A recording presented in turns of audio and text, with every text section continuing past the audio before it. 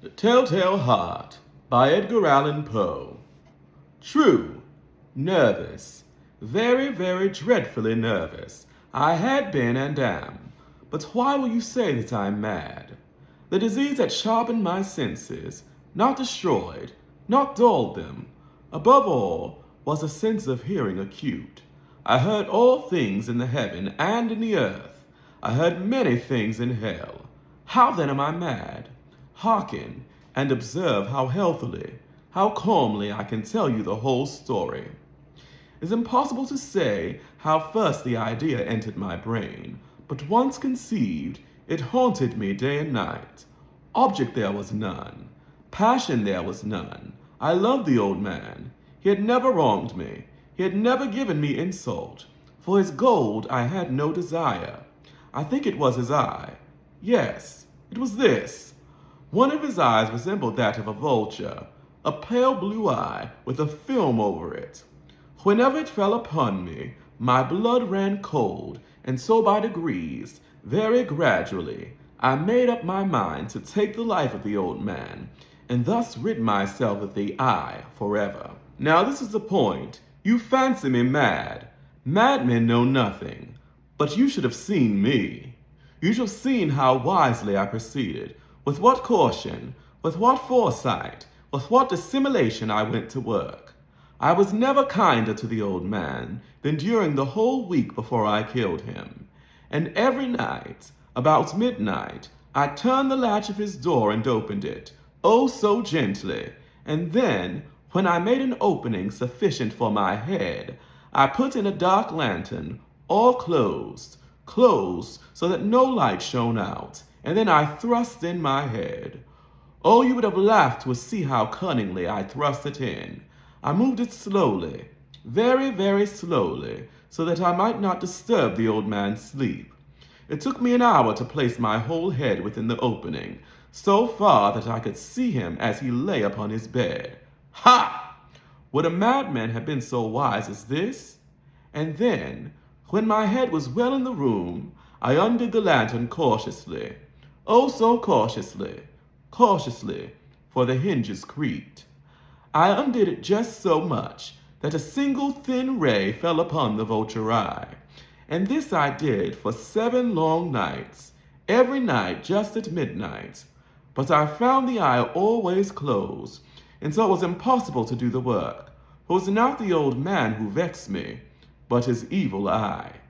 And every morning, when the day broke, I went boldly into the chamber, and spoke courageously to him, calling him by name in a hearty tone, and inquiring how he had passed the night.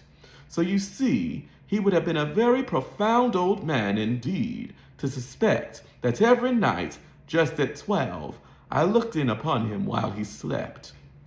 Upon the 8th night, I was more than usually cautious in opening the door.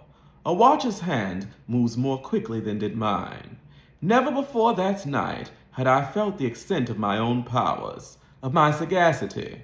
I could scarcely contain my feelings of triumph, to think that there I was, opening the door, little by little, and he not even to dream of my secret deeds or thoughts. I fairly chuckled at the idea, and perhaps he heard me, for he moved on the bed suddenly as if startled. Now you may think that I drew back, but no. His room was as black as pitch, with a thick darkness, for the shutters were close fastened through fear of robbers, and so I knew that he could not see the opening of the door, and I kept pushing it on steadily. I had my head in and was about to open the lantern when my thumb slipped upon the tin fastening, and the old man sprang up in the bed, crying out, "Who's there?" I kept quite still and said nothing. For a whole hour I did not move a muscle, and in the meantime I did not hear him lie down. He was still sitting in the bed, listening, just as I have done, night after night, hearkening to the death watches in the wall. Presently I heard a slight groan, and I knew it was the groan of mortal terror. It was not a groan of pain or of grief. Oh no! It was the slow, stifled sound that arises from the bottom of the soul when overcharged with awe. I knew the sound well. Many a night just at midnight, when all the world slept, it has welled up from my own bosom, deepening, with its dreadful echo, the terrors that distracted me. I say I knew it well. I knew what the old man felt, and pitied him, although I chuckled at heart. I knew that he had been lying awake ever since the first slight noise, when he had turned in the bed. His fears had been ever since growing upon him. He had been trying to fancy them causeless, but could not. He had been saying to himself, "It is nothing but the wind in the chimney. It is only a mouse crossing the floor, or it is merely a cricket which has made a slight chirp." Yes, he has been trying to comfort himself with these suppositions, but he had found all in vain.